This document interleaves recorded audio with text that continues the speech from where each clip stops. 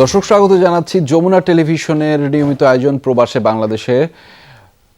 প্রতিদিন এই সময় আমরা হাজির হয়ে বিশ্বের বিভিন্ন প্রান্তে থাকা প্রবাসীদের খবর নিয়ে আপনাদের সঙ্গে আছি আমি আহমেদ রেজা।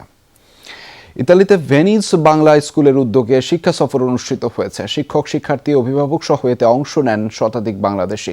শিক্ষা সফরে প্রথমে ভেরোনাতে রোমিও জুলিয়েটের বাড়ি পরিদর্শন শেষে লাগো দি গার্দার যান তারা। সেখানে দেশীয় নানা খেলাধুলা, লটারি ড্র সহ ছিল নানা আয়োজন। পুরো আয়োজন নির্বিঘ্ন করতে দায়িত্বে ছিলেন সোহেলা আক্তার বিপ্লবী, মিজানুর রহমান, কবির মাহমুদ, মনির হোসেন, লিটন মিয়া, মনির ব্যাপারী সহ অনেকে। আয়োজকরা জানান, আনন্দময় ভ্রমণে বাচ্চাদের 2 গ্রুপের দৌড়, মহিলাদের দৌড়, পুরুষদের তরমুজ ভাঙা সহ ছিল বেশ কয়েকটি আয়োজন। সবশেষে লটারিতে 10টা পুরস্কারের মধ্যে প্রথম পুরস্কার জিতে নেন ভেনিস বাংলা স্কুলের শিক্ষার্থী সাকিবা। ভেনিস বাংলা স্কুলের সভাপতি সৈয়দ কামরুল সরওয়ার বলেন, আগামীতে আরো বড় পরিসরে এর আয়োজন করা হবে। আমরা প্রথমে ভেরোনা রোমিও জুলিও দর্শনীয় স্থান, এখানে আমরা শত ছাত্রছাত্রী অভিভাবকদেরকে নিয়ে দর্শন করি। আমাদের ভেনিস বাংলা স্কুলের সকল ছাত্রছাত্রীদেরকে নিয়ে একটি খেলাধুলার আয়োজন করেছি। সেখানে আমাদের অভিভাবকরাও খেলাধুলা করেছে। যুক্তরাজ্যে নিরাপদ বাংলাদেশ চাই ইউকে শাখার উদ্যোগে প্রতিবাদ সভা অনুষ্ঠিত হয়েছে।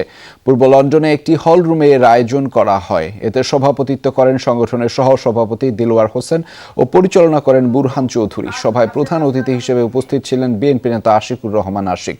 এছাড়া বিশেষ অতিথি হিসেবে বক্তব্য রাখেন জাতীয় ঐক্যফ্রন্ট ইউকের সেক্রেটারি সাইফুর রহমান পারভেজ, মুসলিম খান, জাকের আহমেদ চৌধুরী, জয়নাল আবেদিন, ফারিয়া আক্তার সুমি সহ অনেকে। সভায় বক্তারা বাংলাদেশ সরকারের সমালোচনা করে বলেন, প্রশাসনের পরিচয়ে বিরোধী দলের নেতাকর্মী, সাংবাদিক ও আলেমদের তুলে নিয়ে যাচ্ছে, করা হচ্ছে নির্যাতন। এ সময় সকল রাজনৈতিক বন্দীদের মুক্তি দাবি জানান বক্তারা। যুক্তরাজ্যে বিয়ানীবাজার স্পোর্টিং ক্লাব ইউকের উদ্যোগে ফুটবল টুর্নামেন্ট অনুষ্ঠিত হতে যাচ্ছে। আয়োজকরা জানান, 15 আগস্ট রবিবার পূর্ব লন্ডনের মাইল অ্যান্ড স্টেডিয়ামে অনুষ্ঠিত হবে Beanibazar 5A side village football tournament 2021। এই টুর্নামেন্টে অংশ নেবে 30টির মতো দল। প্রথম পর্বের গ্রুপ স্টেজে মোট 6টি গ্রুপে বিভক্ত থাকবে এবং প্রতিটি গ্রুপে 5টি করে দল অংশগ্রহণ করবে। প্রতিটি গ্রুপের বিজয়ী ও রানার্স আপ দল সহ তৃতীয় স্থান অধিকারী 4টি দল নকআউট স্টেজে খেলার সুযোগ পাবে। এদিকে পূর্ব লন্ডনের লন্ডন এন্টারপ্রাইজ একাডেমির সভাকক্ষে এই টুর্নামেন্টের ড্র অনুষ্ঠিত হয়েছে। ক্লাব চেয়ারম্যান মেজবা আহমেদের পরিচালনায় এতে উপস্থিত ছিলেন টুর্নামেন্টের চ্যারিটি পার্টনার বিয়ানীবাজার ক্যান্সার হসপিটালের পরিচালক আলহাজ আব্দুল শফিক, সরোয়ার আলম সহ অনেকেই। গুম হওয়া ব্যক্তিদের অবস্থান ও পরিণতি জানতে চেয়ে জাতিসংঘের দেয়া চিঠির জবাব দিচ্ছে বাংলাদেশ।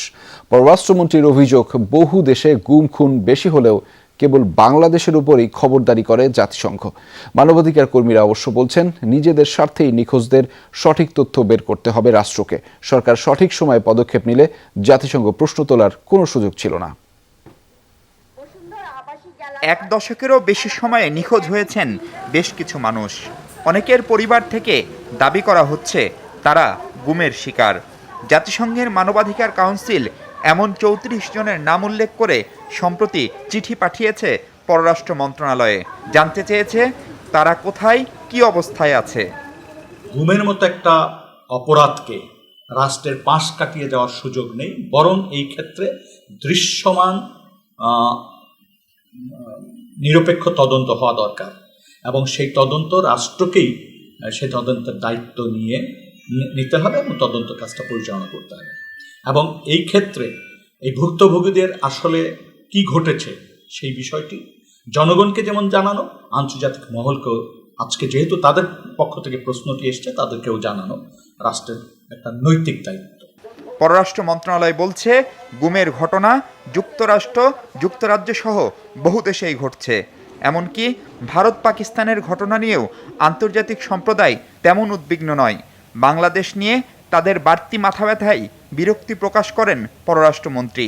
খায়া দেয় তাদের কাজ নাই তো, আপনার দুনিয়ার সব দেশে এগুলো হয় কম বেশি, কিন্তু বাংলাদেশ যেহেতু তাদের বেশি মান দেয়, তার ফলে তারা কন্টিনিউয়াসলি আমাদের হ্যামার, বুঝছেন।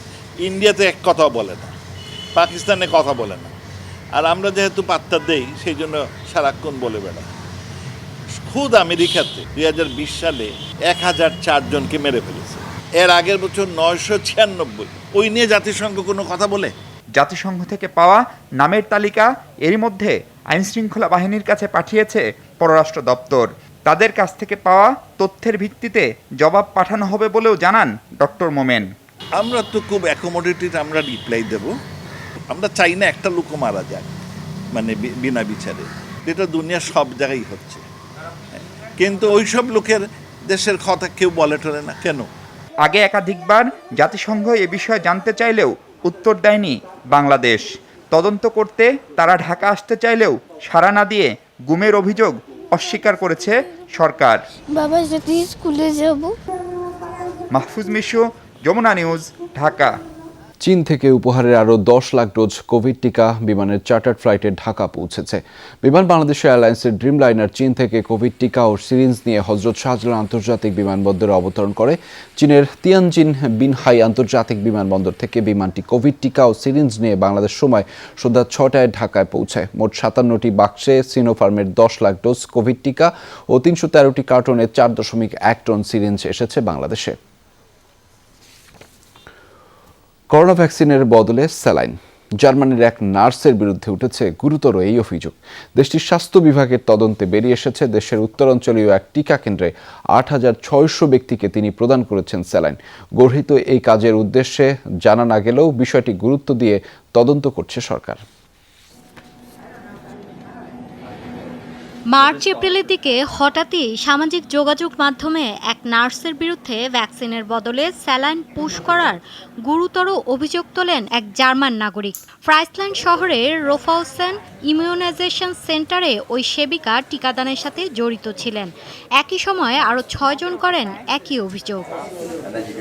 বিষয়টিকে সর্বোচ্চ গুরুত্ব দিয়ে দেখছে জার্মান সরকার।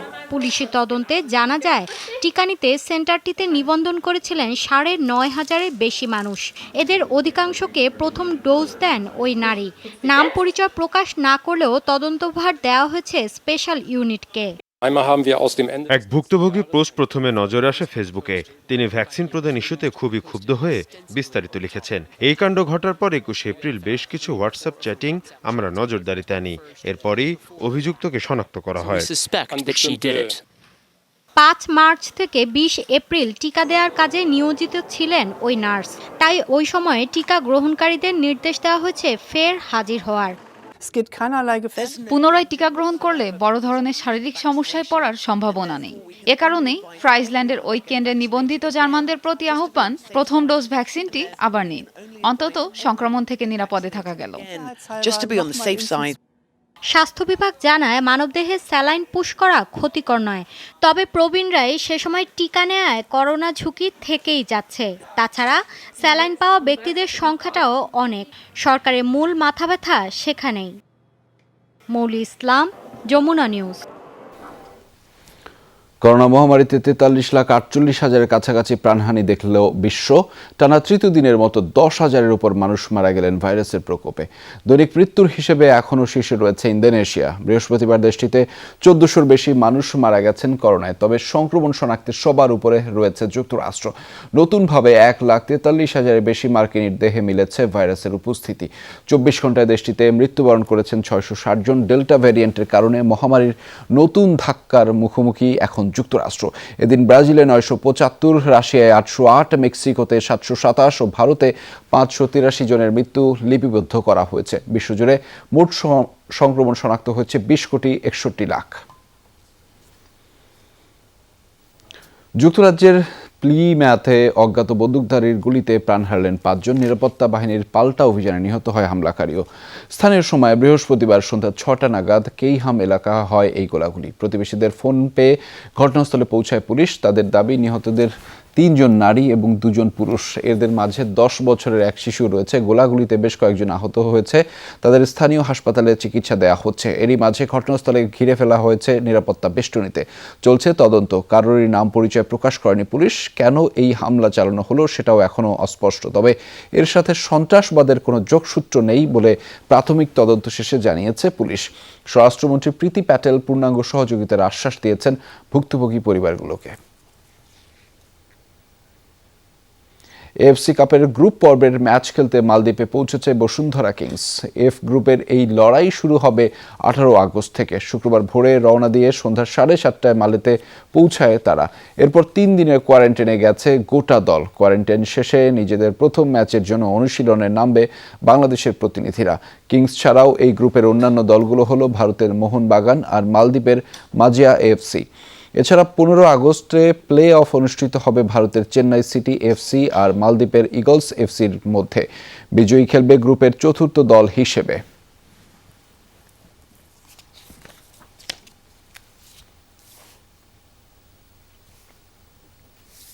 দর্শক, এই ছিল প্রবাসী বাংলাদেশের আয়োজনে। এতক্ষণ সাথে থাকার জন্য সবাইকে ধন্যবাদ।